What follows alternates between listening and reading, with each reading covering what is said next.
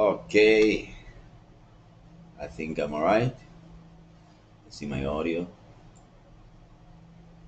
Okay, seems I got good volume. Let's check anyway. Um, Volume over here. Good. And on Instagram, I don't know what happened. I went off. Let's go back. Checking connection. My camera. Okay, now I'm live. Okay. Why the hell is this crooked?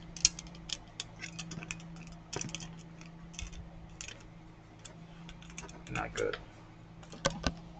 Oops. Sorry, people from the internet, but I had some technical problems here. Despite my prep time, I was supposed to correct this just before we started. I still had to deal with this issue. I think this way is gonna be better. Volume here. Okay, the volume is off. Every Friday is almost the same thing anyway. All right, people. I think this is good. This is better. Well, welcome people from the internet. A-létheia here again in our public service for you guys here, the people that follow us. Though we are a tiny group, we are still people that are interested in some of those topics that we work in this channel.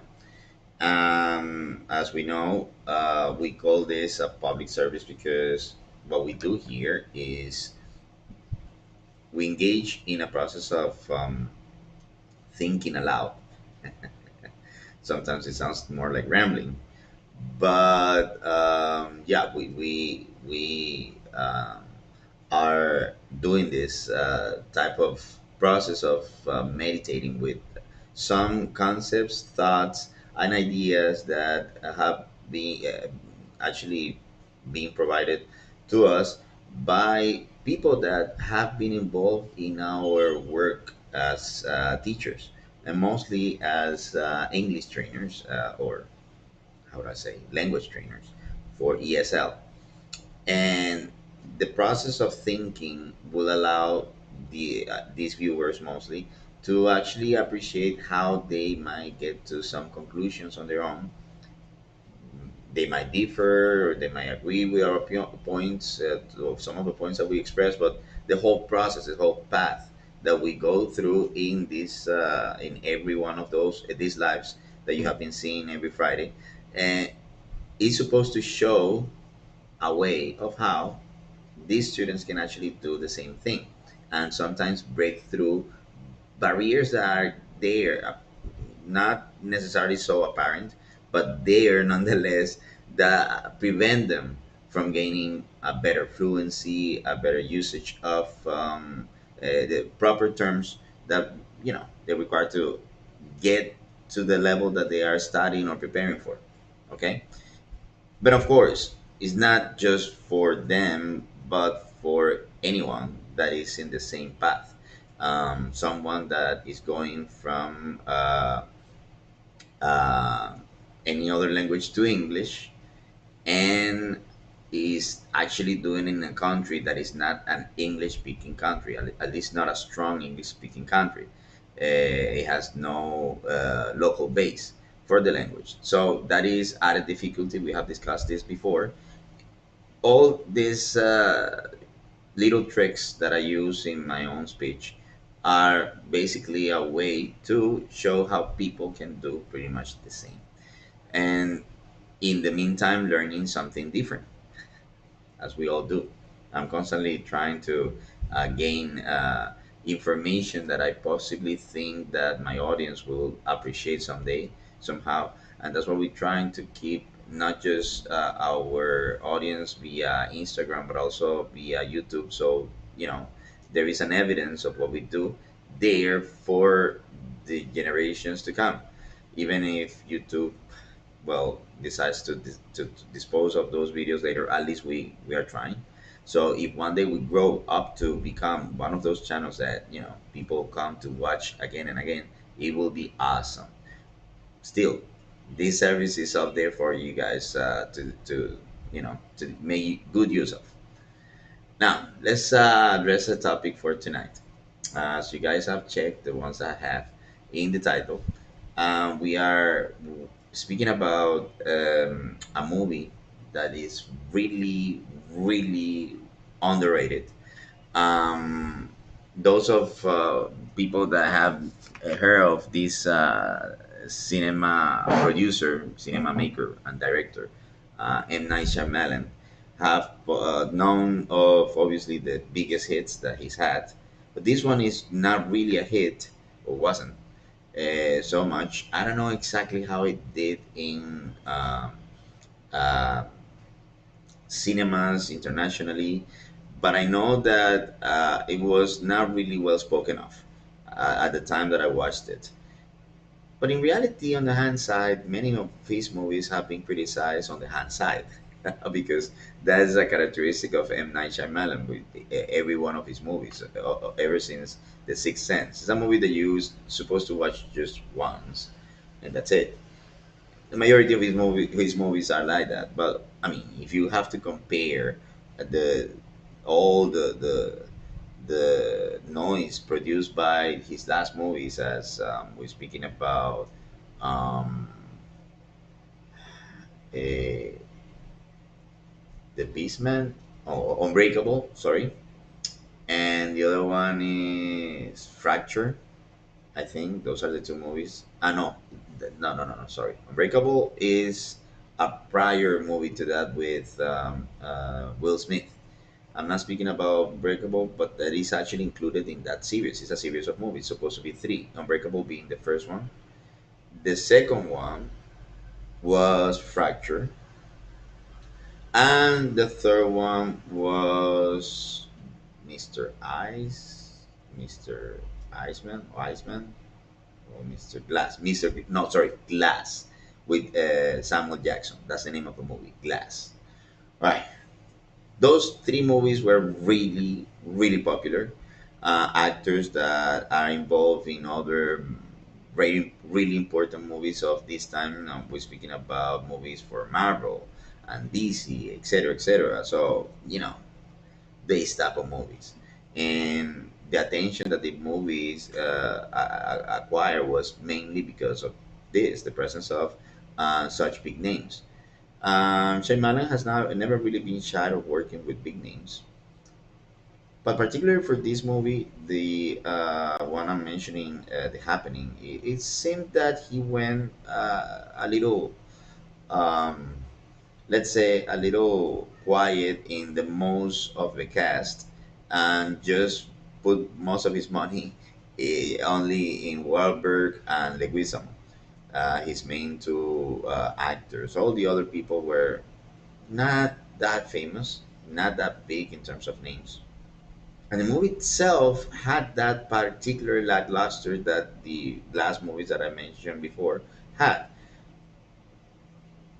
You could say that this movie could pass as an indie movie, but we all know it wasn't because it was shown in big theaters as most of M. Shyamalan's movies.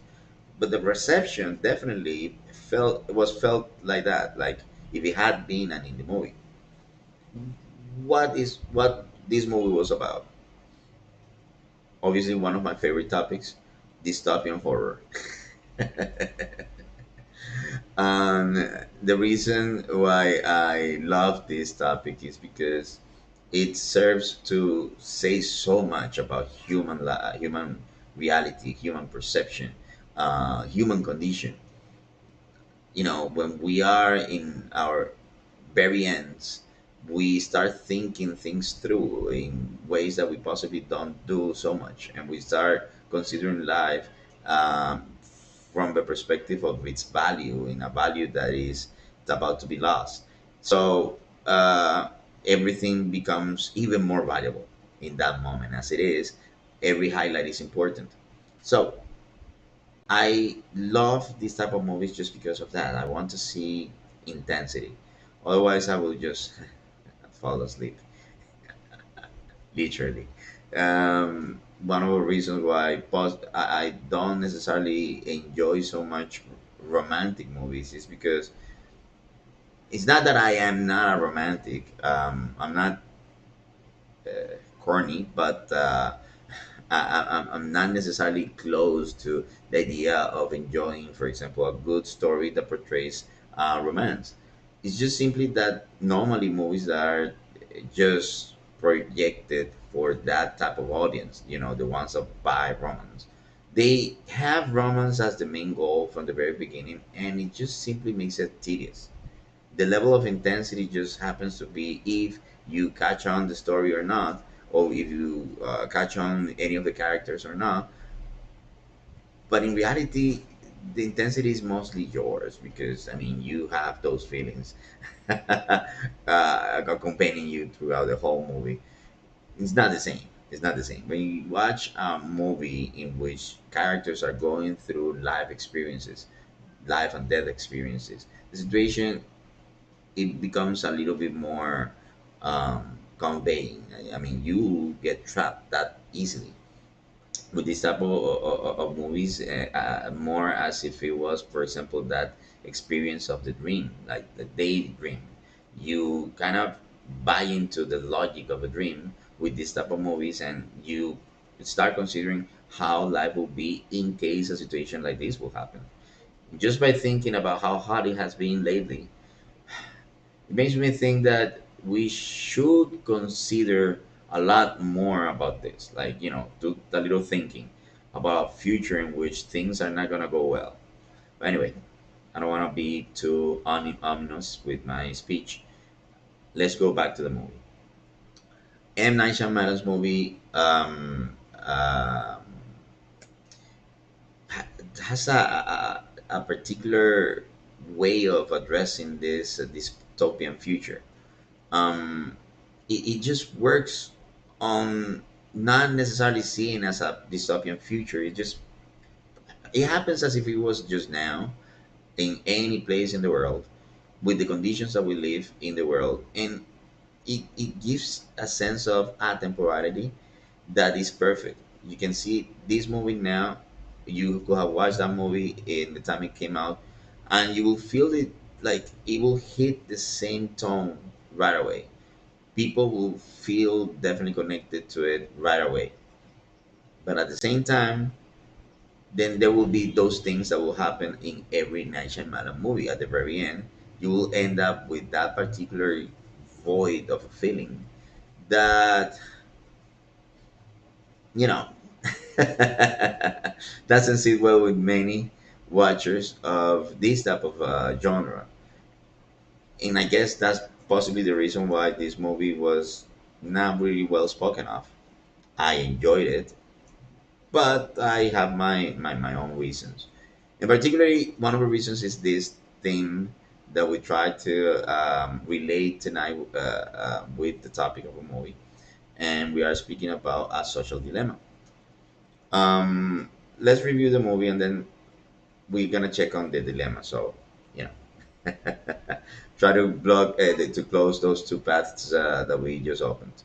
Anyway, going to the movie. The movie is about a possibility of the end of the world, but at least the end of the world for humans, by a possible virus. This virus is not like it was the recent COVID-19, but it did show some resemblance in certain things, and you see what I'm gonna be speaking about with the resemblances. This movie was speaking about virus that when it came out, it took everyone by surprise because it hit on the most fragile aspect of our society, the aspect that everybody knows of. S- Humans have managed to survive in this planet simply by the fact that we count with numbers, and we grow socially by keeping those bonds of those numbers together, right?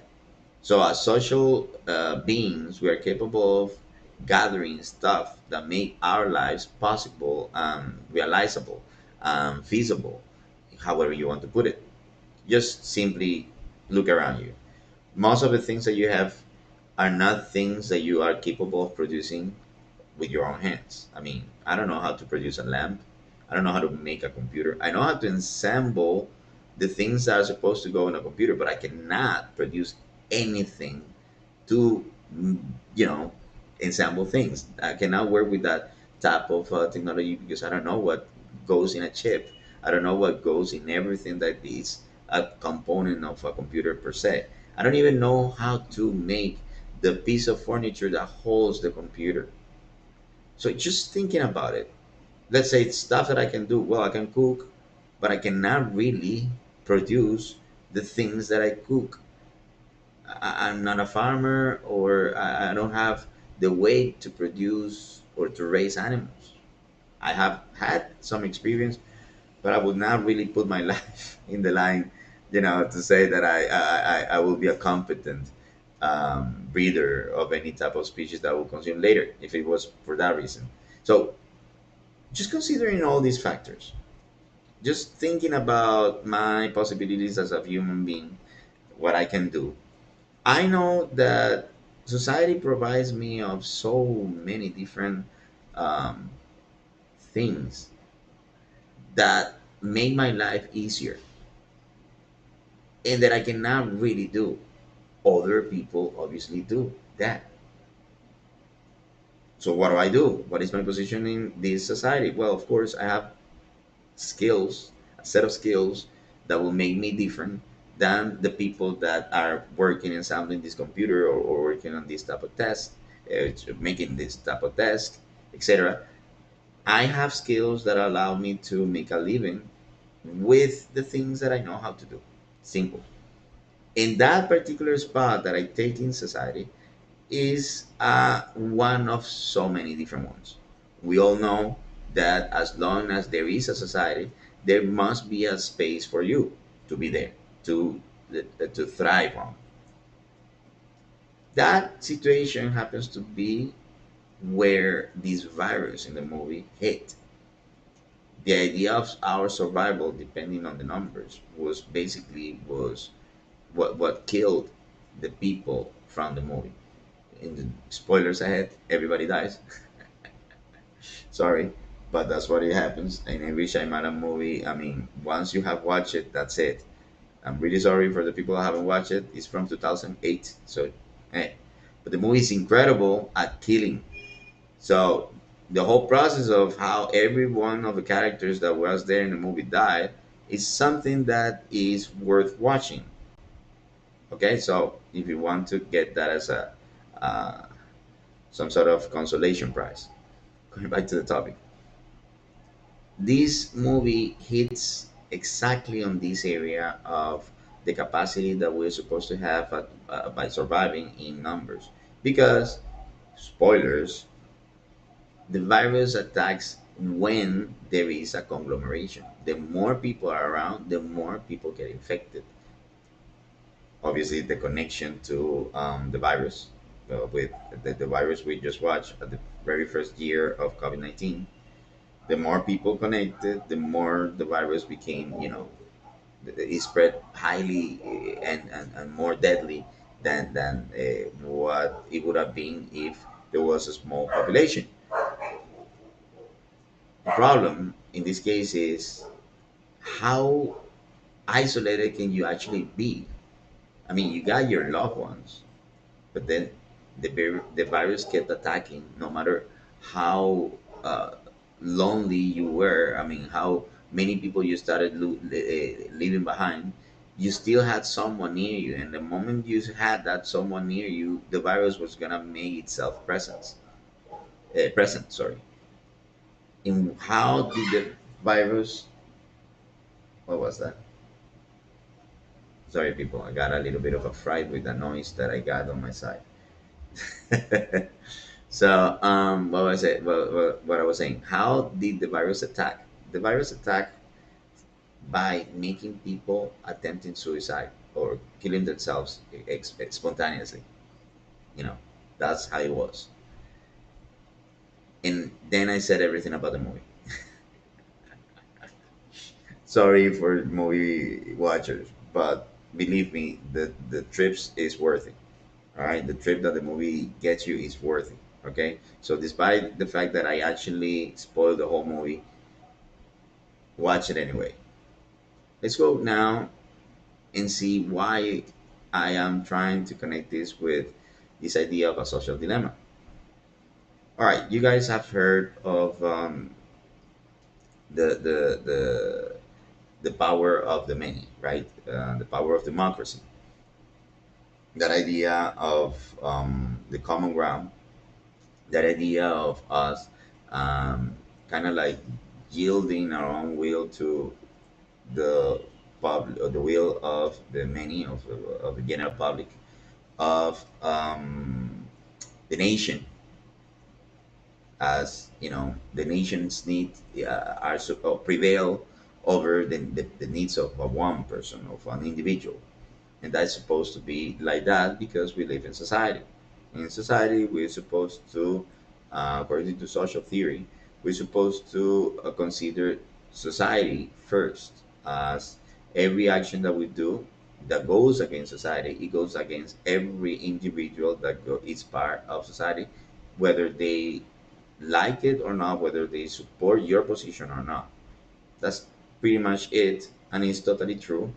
If you act against the fabric of society, you are possibly corrupting or being cause for corruption of the same fabric of society. So, of course, we all of us agree on, you know, simply disapproving and, of course, punishing people that have those attitudes, that show or display those attitudes, the attitudes of not not complying with what the general public is supposed to be, not following everybody's um, rule, not the majority rule. And in itself, again, as I said, that is how things are supposed to be, because as we are living many in this uh, moving spaceship, as one friend once put it. Uh, we're living in this world. We all basically share the same fate. As it happens with, for example, global warming, everybody is hot. It's not that some people have it better than others. They have it better simply just by having gadgets around, but the gadgets only make them feel better. They don't really make the temperature go away. The temperature still is hot, and the situation gets hotter, and it is getting hotter outside. Okay, so those of you guys that think that having your air conditioning on the whole day and you're feeling fresh, that's good, enjoy it for now, but you know, it's not a sustainable situation. There's gonna be a day that you won't be able to use it anymore, and you will not have the let's say the natural adaptation process. You will not go through the adaptation process of going little by little and adapting little by little to how the planet is gonna heat up really, really hot. That's how it's gonna be. Everybody knows this. You check the news regarding the environment about how the solar caps are melting. You guys know that this is happening. And it's irreversible because people will not stop consuming gasoline. People will not stop eating um, mass produced beef. People will not stop having their air conditioners on, and so on. There are so many different reasons. So many that would justify simply why we don't want to stop the way we do things. And eventually, this climate change, this climate global heating, will make itself present. It will do, and that's how it's gonna happen. So I'm sorry, I went a little too hard on reality, but it's a situation that is important that we address. But you see, that is one of those aspects, right? Um, we need gasoline. We need this technology, the technology that it is used for cars to move. Why? Well, because some people were they made sure that there was no other different type of method. There was no other different type of alternative ways to transport that it was not really, just consuming gasoline in mass the way we have gasoline or any other different type of fossil fuels, right? We depend on this for our own growth. Like, for instance, I love eating vegetables, but I won't be able to go on a bike 3 hours away from the city to get my vegetables for 1 week. I won't be able to do that and have a normal job.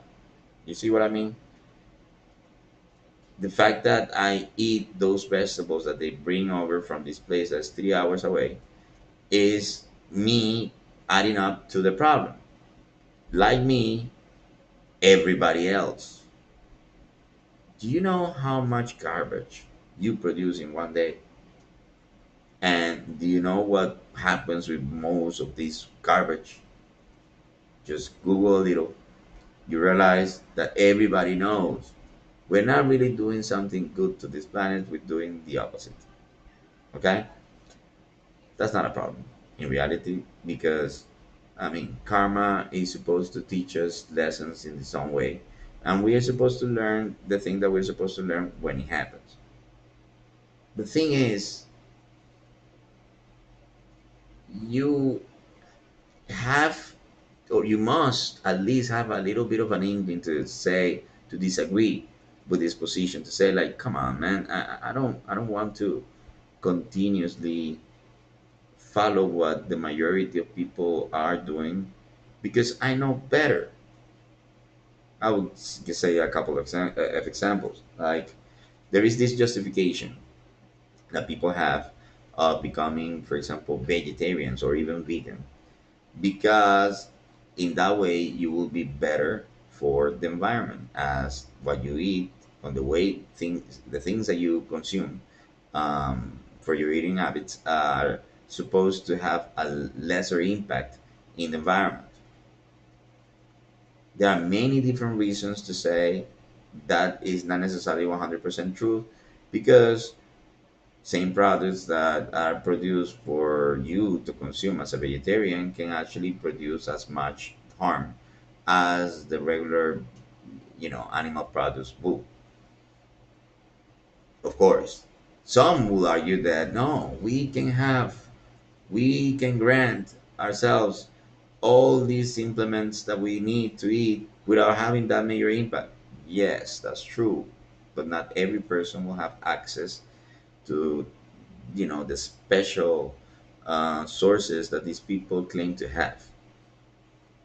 That's neither here or there. We're not speaking about special things, we're speaking about the common thing. And the common thing is, some people take decisions based on things like this, ideas like this that are novel if you think about them carefully. But at the end, they just reflect on this naivete that we all have. That we think that just because we do it, everything is going to be fixed.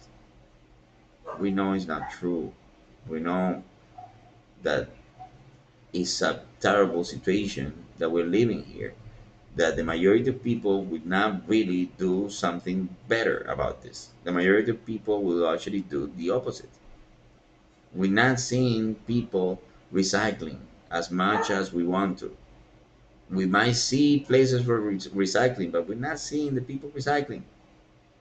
So we can try, as I have, but then eventually you get tired because you don't see that actually your efforts are making any effort, any impact. And it's not the most stoic thing to do. The most stoical, one of the topics that we spoke about in this channel is basically the stoic point of view. And it's true that um, they don't do this. They don't swim against the current. All the opposite. They adapt to the changes put in front of them as long as they can do it in order for them to survive. It's basically the code for life. That's basically what they do, and that's great for Stoics. But this, what I'm saying, is not being stoical. Is the opposite. It's actually swimming against the current. To consider that there are moments in which we need to not agree with everybody. There are moments in which we know things are wrong, things are not being done in the proper way, and because they're happening in front of our eyes, and we look around and we see that most people just simply agree with what's happening or simply don't care.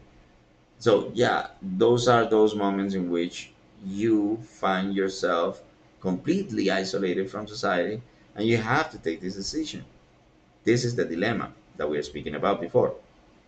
You need to whether follow everyone's way of seeing things, agreeing on what everyone agrees, or becoming, the social pariah, like that person that nobody wants to hang out with because that person is totally disruptive. So, are you going to be disruptive, or are you going to be the person? You're going to be the person that just, keeps his nose clean, follows the leader as everybody else, don't make any noise, and just simply convey to majority rule. If you do that, of course, you won't suffer. If you do the opposite, for sure you will suffer because society will never forgive the ugly duckling. The society never forgives the sore thumb out. Society never forgives that person that is not complying with what everybody else is supposed to. And we know that this is a situation that historically has been proven. Basically, those people that have gotten away with this by being, the rebellious kind, the ones that have gotten away with this, they have not been killed, are the old ones and are these heroes that we all speak about. The other day I was teaching a class to some eighth graders in my day job, and I had to speak about Gandhi. Not many kids knew about Gandhi, and most of them thought that Gandhi was some sort of superhero after we mentioned most of the things that he did. We compare Gandhi with Simon Bolivar. Simon Bolivar is someone I admire a lot. However, if I have to compare with Gandhi, the fact that Simon Bolivar had to kill a bunch of people does not put him in the same space of Gandhi, that according to history he did not kill a person. And wow, that sounds heroic just simply by putting it, like someone that conquered or at least kicked out the British Empire from his own country, a country that is right now competing in terms of population with China. Hey, that's India, right?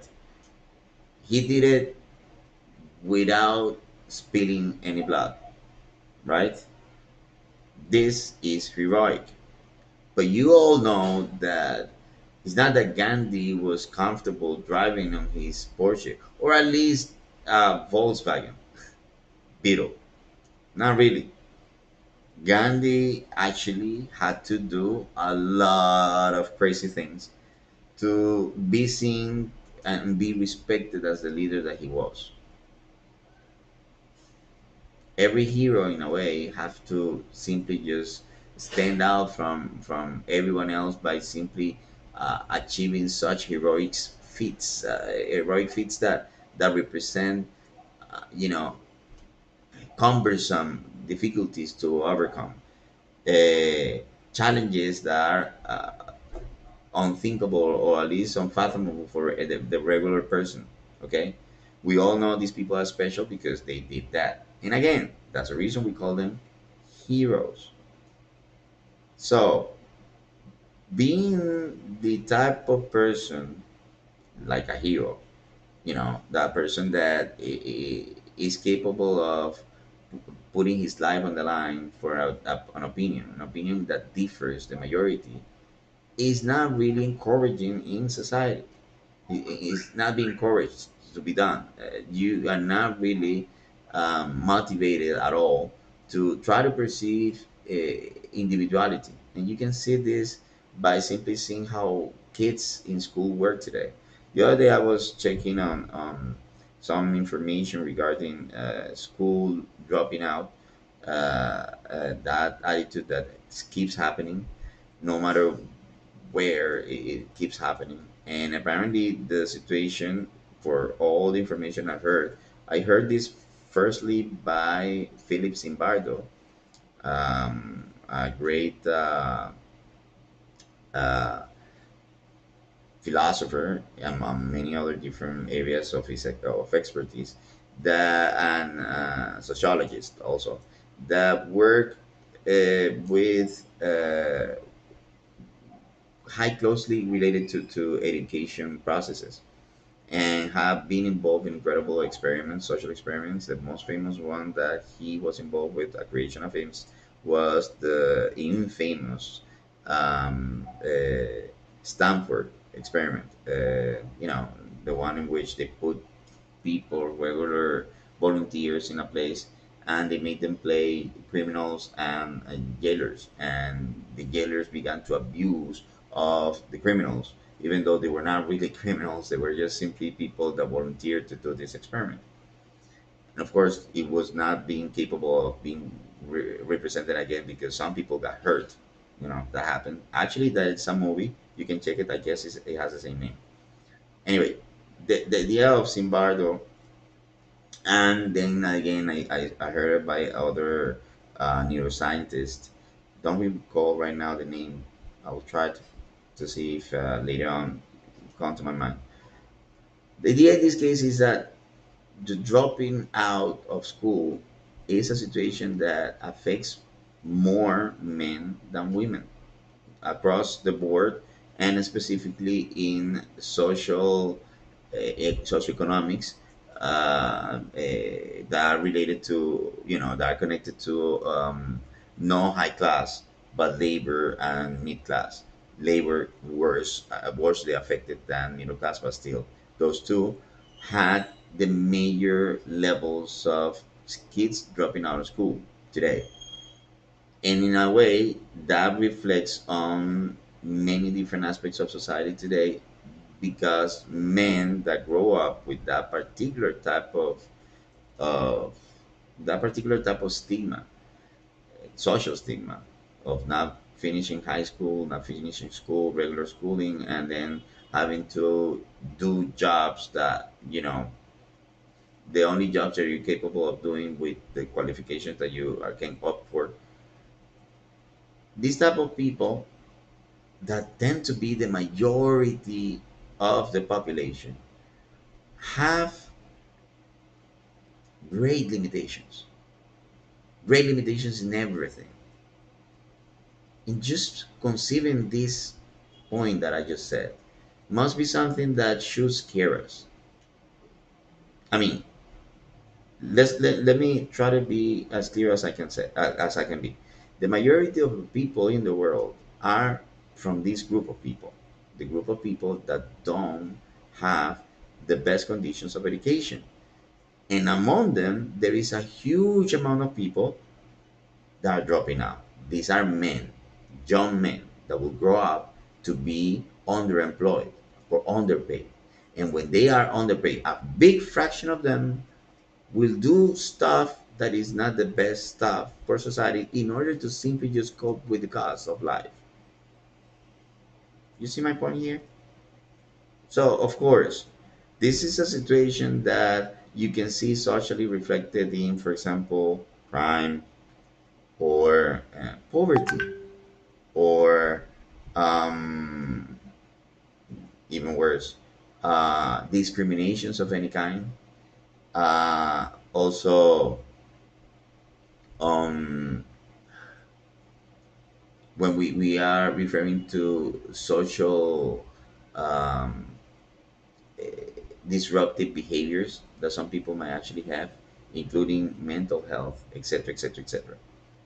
So many different vices of society can be justified from this principle as it is. You know, the fact that people don't have access to education, and education is supposed to be a human right. And again, it's not that people don't have access to education, because you will definitely argue, no, education is there. People are just simply dropping out of it. They don't have access to education because the education that's been offered to them is really not good quality. You cannot really compare state school in a third world country with private school in the same country. You cannot. If you go to first world countries, you will possibly see a little bit of everything. But in third world countries, regular schools, town schools, public schools, they don't have not even a 40% of capacity of covering all the needs that kids at that age will require, compared to private schools from the same place. And the reason why kids will go to private schools is obviously because their parents will sacrifice quite a lot in order to pay the, the fees that it requires for these kids to be educated in that way. And they know that that will be essential for their future, because only these kids will have real capacity of overcoming the situations that will go or that involve higher education. A kid that spends most of the time wasting his time at school, that's basically what happens in a public school, some of the worst ones. They don't do anything there. It's a kid that does not have the tools to cope with any program of a real, let's say, a serious and um, strict, or just simply serious college or university will not have the tools to cope with the academic demands that it requires for them to approve of the subjects. In order for many people to approve some subjects, it's actually what I've been hearing that it happens in many countries, happens in this country a lot, is a lot of corruption. A lot of people simply just pay to be approved. This is terrible, people. This is terrible, because education is supposed to help you with what you are supposed to do later on in society. And education is simply just a process that you need to go through in order to prove to society that you are capable of simply just keep on following a series of responsibilities, because education is that responsibility. Education is not just the fact that many people say like I don't like language because I'm not gonna use language in my daily job, or I don't like math because I don't use math in my daily job. I use calculators, or I don't need English, or whatever. You know what I mean? And it's not about them knowing anything, because if you want to learn, you don't need to go to school. Really, if you want to learn whatever, including languages, it's up to you, people. It's up to you. It all basically needs dedication, effort. Simply just that. Dedication, effort, and time, of course. The time that you get dedicate, that is obviously part of dedication. But education, going through school, being in school, going through that process is not really just that information that you're processing. Education is processing that information with the big distractor of having to deal with a lot of people. Why? Because that is supposed to prepare you for society, which is dealing with a lot of people. I see in school those kids that have big individual behavior, big individualities or individual personalities. They tend to be rattled by their groups. They tend to be bullied. They tend to be isolated. They tend to be seen as the weirdo ones. And of course, that makes me think about my own situation as I was one of the weirdo ones. I was one of the bully ones. One of the kids that didn't have any friends. And some moments at my school time, like many people in my audience have possibly gone through. I understand. This happens to many people. It is normal to be different, but you are pushed to convey to others, to yield to others' points of view, even if your point of view is different than what everybody else is thinking, even if you don't agree with what the majority say.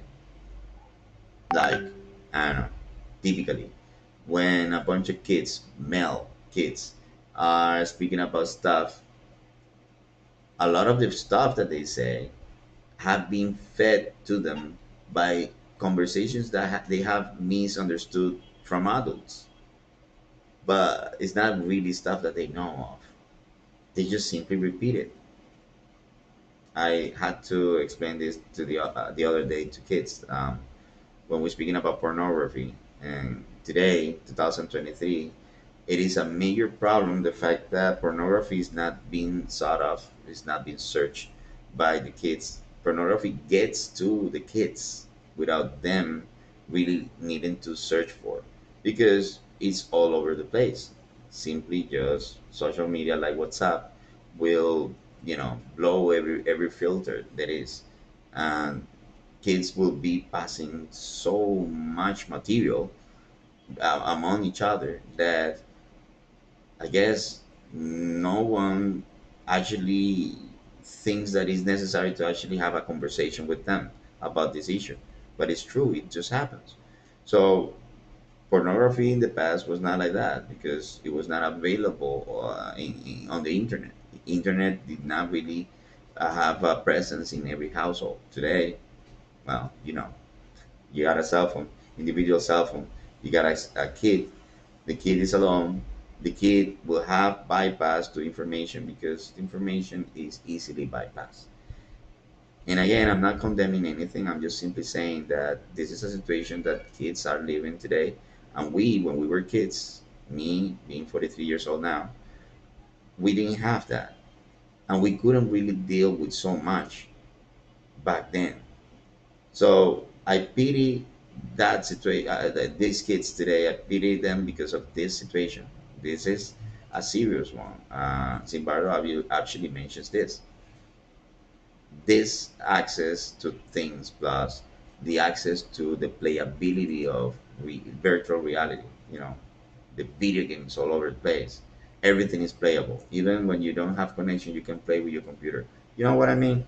You have access to control stuff in ways that does not really, collide with what happens in a school. When you are in a school as a kid, as a male kid, you will have to deal with this problem that you cannot really control the voice tone of the teacher as you will possibly do in a computer game. You will not be able to accelerate or pause or skip. You have no options but to write, present, making speeches, etc., making exams, resolving exams, sorry, etc., etc. That thing, as it is imposed, sorry, in society, as it is the general institutionalized education. This is a situation that is difficult for kids. It's difficult more for male kids today because of the so much um, over excitation or over stimulation of their senses in general. And it's a situation that I'm not saying myself. This is something that is already been proven by many people in the world, by many scientists, and it's gonna get worse. because screens will be everywhere. Screens are in your phones. Screens now are on your on your watches. The screens will be on your glasses. Screen will be on your clothes. Screens with access to computer that have the capacity to display content will be everywhere. I'm not trying to say that this is the devil, you know. I'm not trying to devilish anything. I'm just simply stating how kids today will have it more difficult than we had in terms of developing certain type of skills, social skills among them, because of what they're exposed to constantly.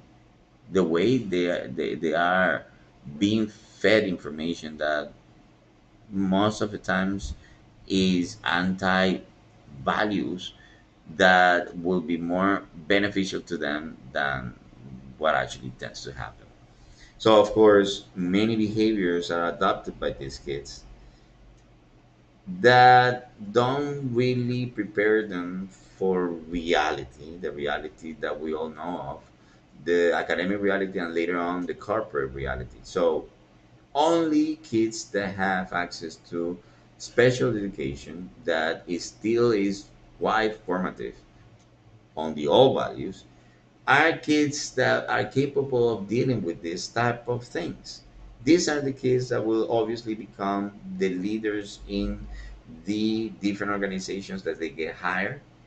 And of course, the levels on which they will reach such leadership will obviously consist on depending on how their social connections work, not necessarily just education.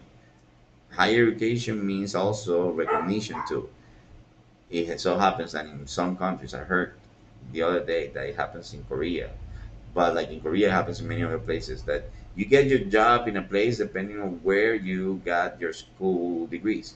So if you come from a university that is not that recognized, of course, you're not gonna get that position that you apply, even if you're the best one, simply just because you don't have that particular push that is the social connection. You see, people, social connection is not really something that everybody has. It's just a small portion of people. So the fact that we have so many people in comparison, right? So many different people that don't have the same privileges that these few that I mentioned. They have to do something in life, and most of those things will be things that those that had good access to education will participate with in different positions but still participate. And what I mean by this is you got the good guy, the good student that managed to get a good job and happened to have the economic framework that allow him to buy himself a car. So he gets a car, he buys a car, right?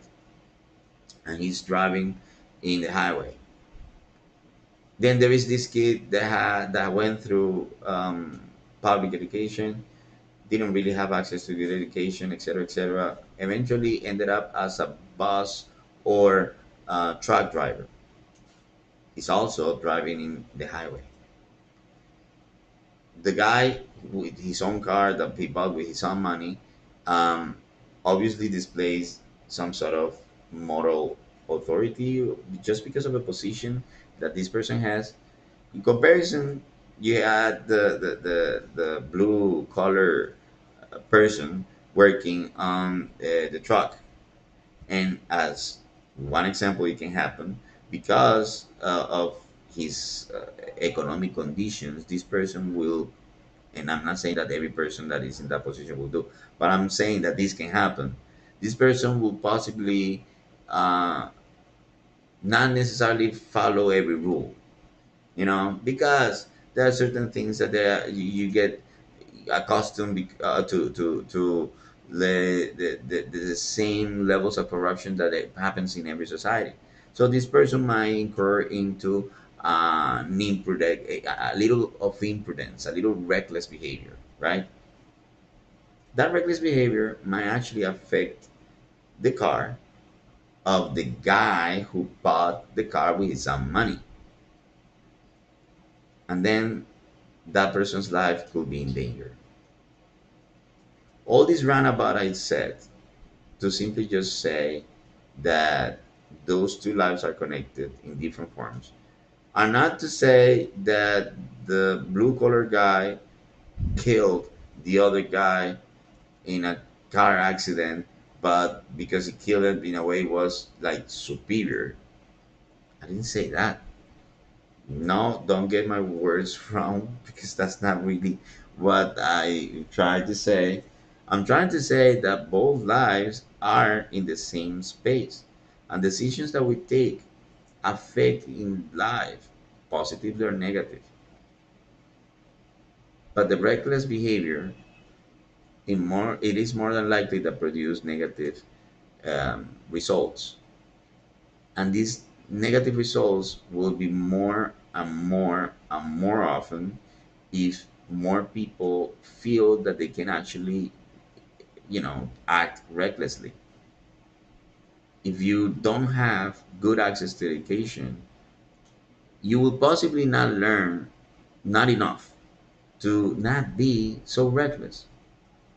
If the most of a society acts recklessly, it is totally valid that you as an individual that had some different level of consciousness, some different level of education. I mean, you dedicated yourself to overcome your limitations and get good access to education, despite not studying in the best school. Maybe if that was the case, that is totally possible. Again, if you want to be educated, that's up to you. Or if you had good education from the get-go because your family gave you that privilege. In both cases, it is up to you to have the best decision if you consider that it's necessary to make the best decision. But so many of these people, the privileged ones, are the ones that yield first, are the ones that conform first to the ideology of, keep doing things in the way they happen. Like follow the same corrupted behavior, you know, doing the same small mistakes. Even if we know that is wrong, we tend sometimes to do that. How do I close this video to not sound so sour? I guess by saying that it is totally valid to be different. It is totally valid to think differently than what everybody else think. If you don't like something because you think it's wrong, it is totally valid to still acting on that respect, like considering that's wrong. So therefore, just not touching what's wrong, not doing what's wrong yourself. If everybody's doing wrong and they try to coerce you to follow their behavior, it's totally right for you to not follow that. How can you, keep being yourself an independent person, an individual person, and not stick out like a sore thumb luck? Also, it is good that you make good friends. Friendship tends to be so underrated. It is something that actually is necessary. The more people you know, the more good relationships you have with other people, the more you will be capable of, being honest to them and tell them, okay, I don't agree with this position. I mean, if you agree with that, that's good for you, but please respect my position. I will respect yours. And sometimes they will actually, res- by respecting you, will not do stuff that will harm you. And when it is time for them to support you, they will support you too, because they will know that if you obviously follow the good values that you need to follow to have friends, you will be good friend, and help. You don't need to agree with what other people say if you don't agree with them, just simply to keep their friendship. Can be honest. you're totally entitled to your own opinion. And with that, we close the topic for today. As going back to the movie, you know, if you wanted to survive, it was better for you to break out alone. It was kind of like what we are saying today. I mean, sometimes you're gonna have to convey your own opinion. Just go for your own opinion. Go for broke. All right, people. Now, for the people that were in the audience, I didn't see anyone tonight, but know that this is something that is gonna stay recorded, and people will watch this later on. Um, Thank you for watching it. Thank you for having watched it. Sorry, and thank you for your patience. As you know, this is still a work in progress in terms of the skills that I need to hone more in order to make this type of videos the most fluid possible. I'm gonna try. I'm still learning about this, but I'm gonna try to see if we can begin to implement a little type of extra technology to the looks of this. Okay, so let's see. In the meantime, remember that this show comes out every Friday, more or less at the same time. Again, thank you for the patience of people every time that I come out live. I'm still fixing camera and stuff like this. Also, remember that this is the public service of A-létheia, but A-létheia in itself is a language consultancy agency that deals with the process of learning English or Spanish, both ways, English to Spanish, Spanish to English, for those people that are going for ESL certifications. And we help you in the different ways that you require to do, or that you require the help. Like, I mean, depending on what your experience have been, if it has been difficult for you to certify, well, we will help you. We will help you trying to check what your problems are, giving you the necessary tools to fix up those problems, training you, and testing you enough to give you that confidence that you require for your, for your certification, if that is what you're looking for. But of course, as it is an agency, not just that, we do all different type of works. Simply contact us here by sending a message here in the chat or in the comments in the video, YouTube or Instagram, please. Do both. And we will try to, contact you and try to see what we can do for you. Okay? So remember, every Friday is this live, and we always try to have an interesting topic to see what we can say about it. Okay. Well, people, thank you again, and enjoy the rest of your weekend. Bye bye. So I go now with Instagram. Bye bye, Instagram people. Yeah, and now I'm going with YouTube. Uh, Thank you, people from YouTube. Where